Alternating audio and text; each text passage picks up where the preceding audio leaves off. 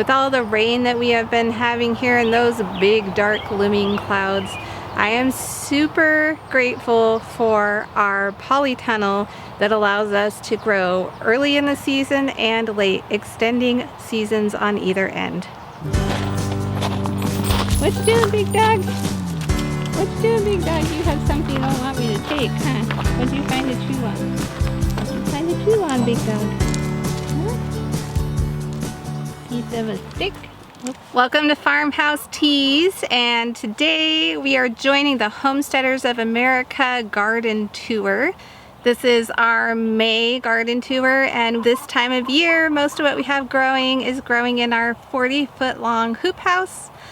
And so I thought I would give you a tour of that today and a brief tour of what is coming in the summer. So thanks for joining us if you're coming from Homesteaders of America, and howdy to all of our other viewers. We're glad to have you here, and we can't wait to show you what's going on in the greenhouse. It's been a while since we've done a farm update. So for those of you who are new here to our channel, my name is Cian Cosell, and I am married to my husband, the farmer. And we homestead on about 2 acres in Oregon, right below the Cascade Mountains. We are technically in a temperate rainforest, and it was proving itself yesterday when we got over an inch of rain in one day, along with a major hailstorm and a whole lot of hail. It covered the ground and made it look like it snowed here, so that was rather interesting. I was really grateful that we have a cover over what we have growing right now, because if we would have had our garden outside and our baby plants, they would have got totally pelted and ruined by all of that hail. So not only do we homestead here on our 2 acres, but we also homeschool, and we also home business. Our home business here on the farm is Farmhouse Teas, where we hand blend herbal and wellness loose leaf teas. Gonna have to pardon the dog. He's determined to try and get in here somehow. And some of those ingredients we grow here on the farm. Other ingredients we get local here in Oregon from other small family farms. But the bulk of our ingredients are organic, and they do come from all over the world. But everything is hand blended here on the farm. And we also teach others how to blend teas and everything that has to do with herbal medicine. So that's what you're going to find here on the channel. We have some tutorials on herbal medicine, on tea blending, also on growing herbs and harvesting them, as well as dehydrating and preserving them, and also a mix of what we do here on the homestead. That includes growing the bulk of our own food, preserving that, cooking with it, and all the things that come with homesteading. So if you think that that is something that you would enjoy, go ahead and click that subscribe button, and we're going to get on to the tour here of the greenhouse and the outdoor garden.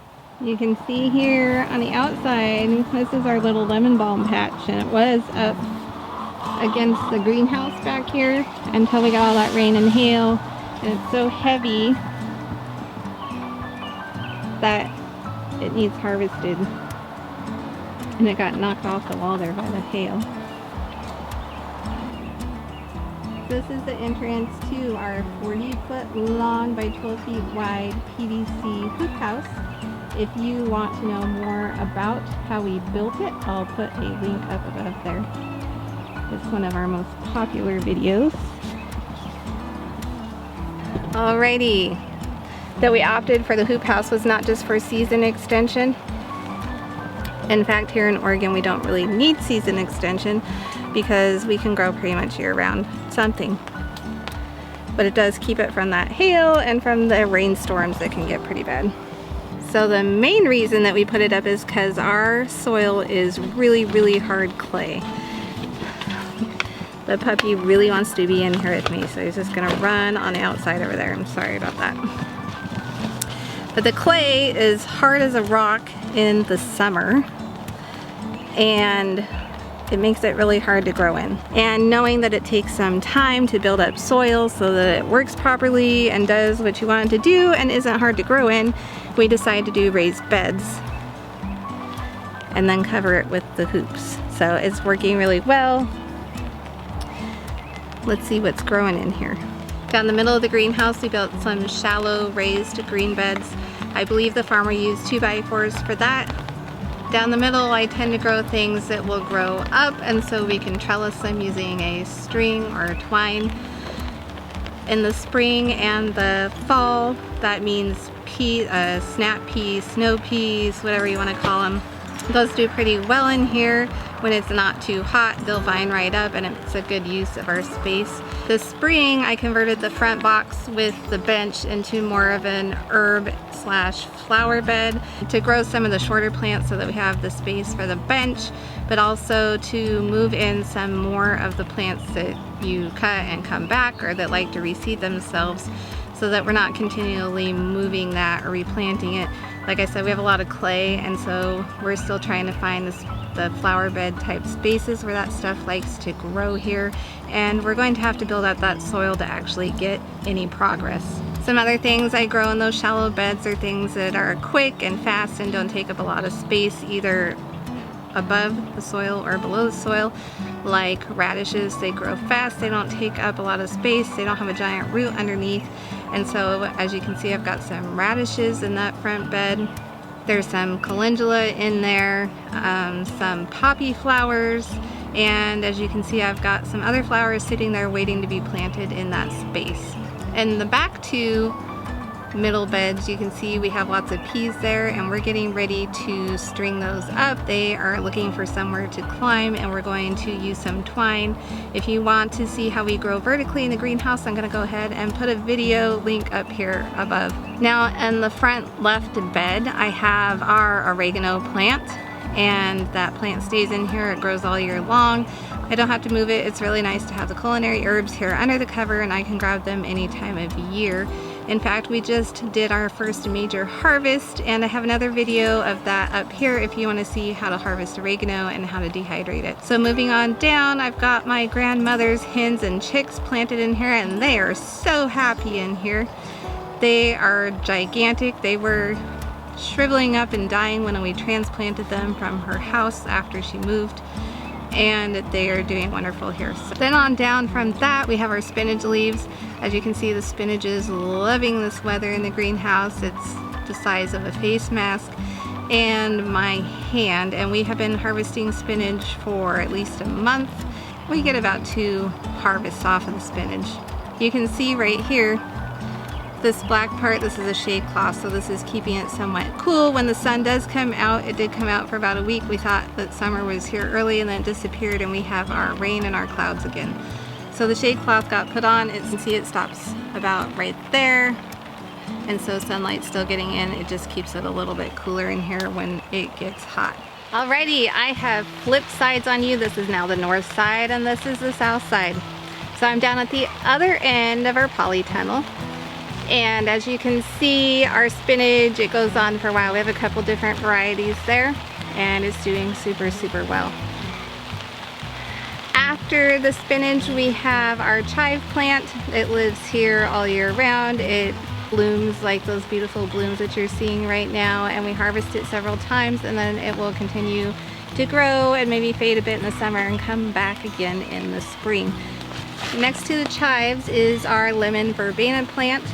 It typically likes warmer weather, and so in the winter it'll look like it's almost dead, and the farmer has threatened to pull it out because he thinks it's a dead plant, but then it comes back in the spring when it warms up and gets plenty of water, and it comes back looking all nice and bushy like you're seeing right now. That lemon verbena, we use that in some of our personal tea blends. That plant isn't quite big enough for what we need for our tea business. After our lemon verbena, we have our kale patch. So what I've discovered in our climate here in Western Oregon, and in the hoop house and the climate of our specific hoop house, because everyone is going to have a little bit different experience, is that spring and fall greens do the best in here. It also works great for starting plants, extending season.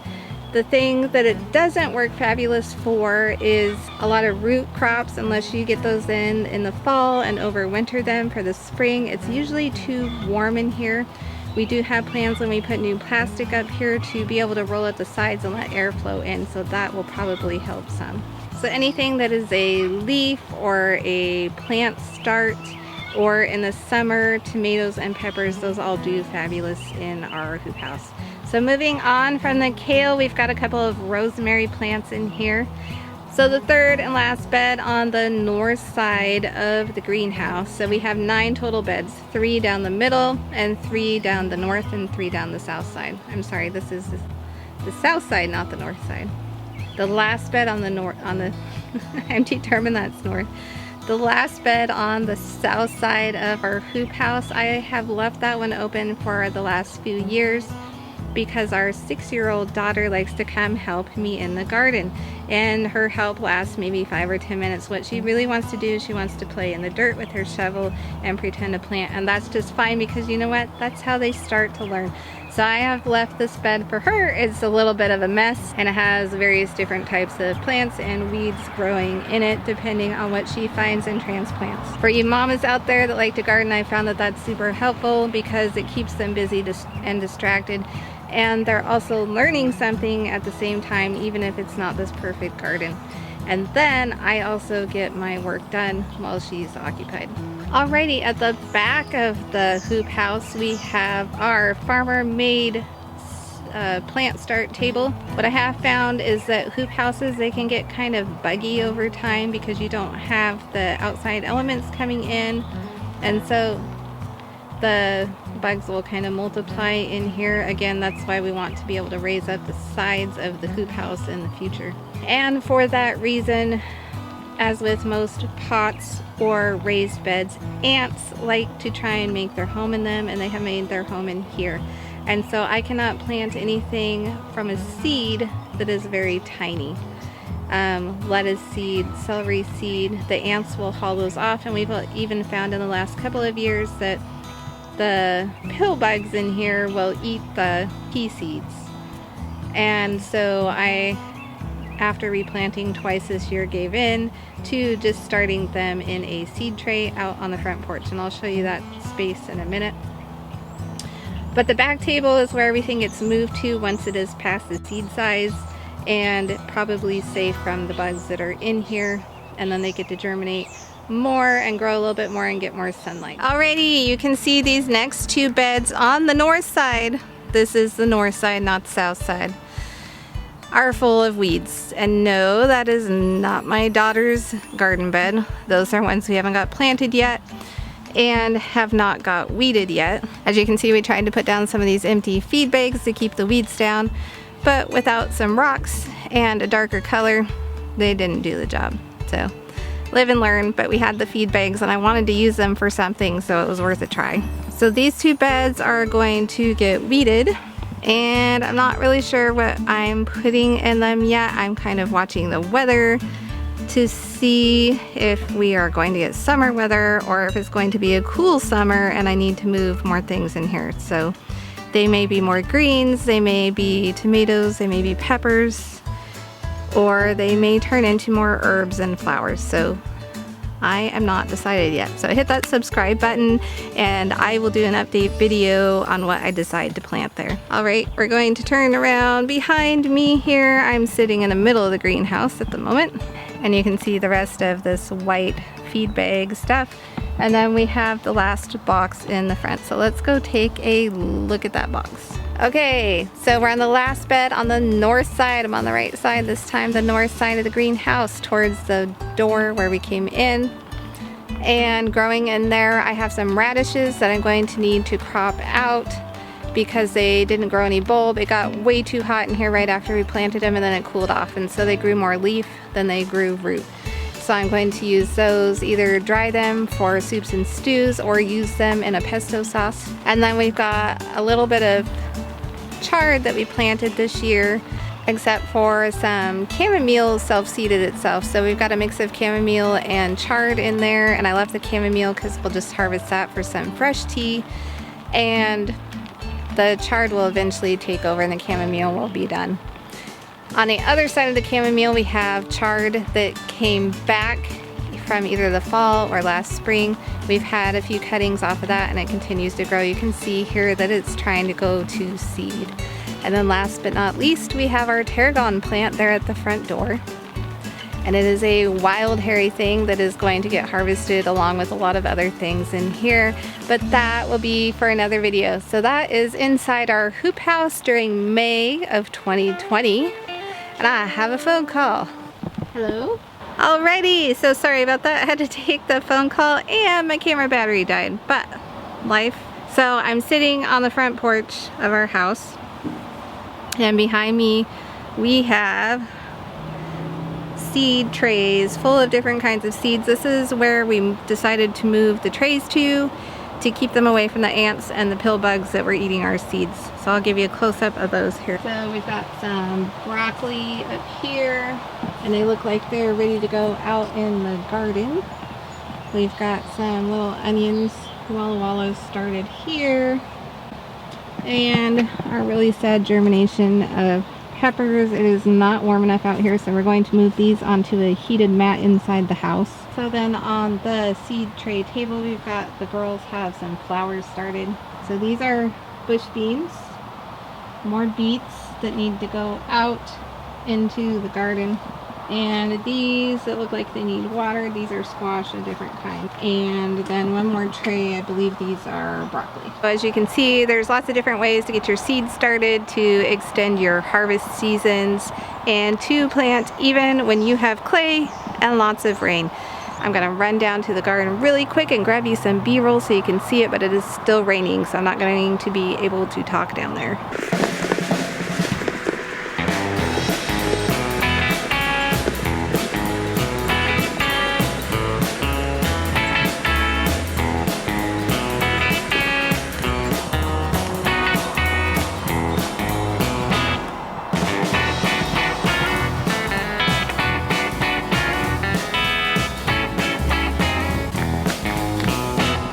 Thanks for joining us down on the farm for our May tour of the hoop house and how we do season extension. Thanks to all of you who have come from the Homesteaders of America garden tour, and I hope that you'll hit subscribe so that you can catch our video next month in June, and we'll probably get some shots of what's going on in the outdoor garden, the orchard and the berries. Until then, I'll see you next time.